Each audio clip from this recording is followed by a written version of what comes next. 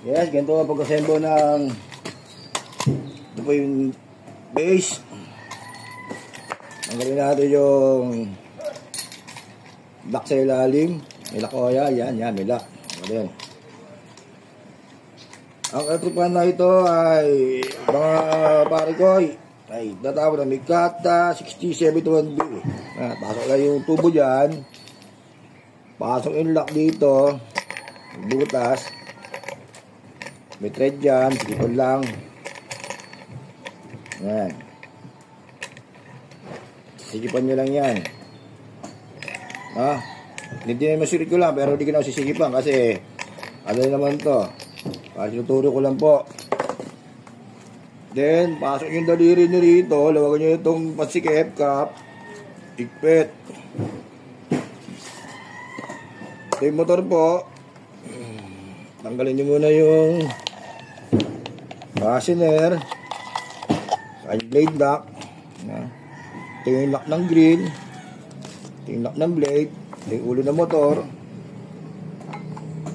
May tornilyo dito yan, pero ito walang tornilyo ito, may tornilyo rin. Ilulubagan nyo na lang ang screw, pasok yan, tapos tornilyo rito para hindi ganon, hindi matanggal. Okay, demonstration lang po.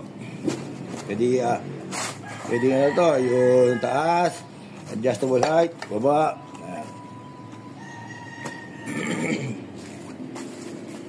Pupunta tayo ng grill. Yan.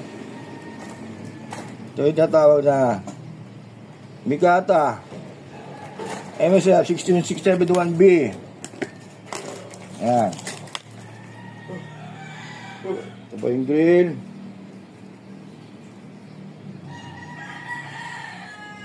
Yan. Pasok na dito yung grill. May sound siya.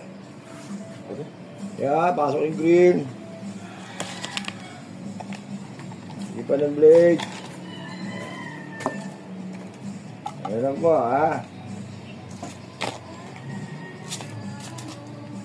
Netmark, logo.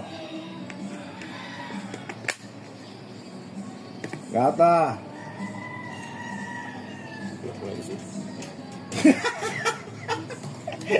Kapa yung blade. Lumalimutan yung blade. Kasi ito.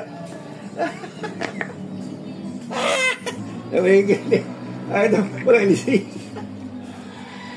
Ayan mo.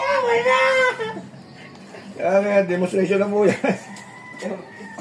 Pati magkapala sa ginagawa, pati magkakapera niya. Ay.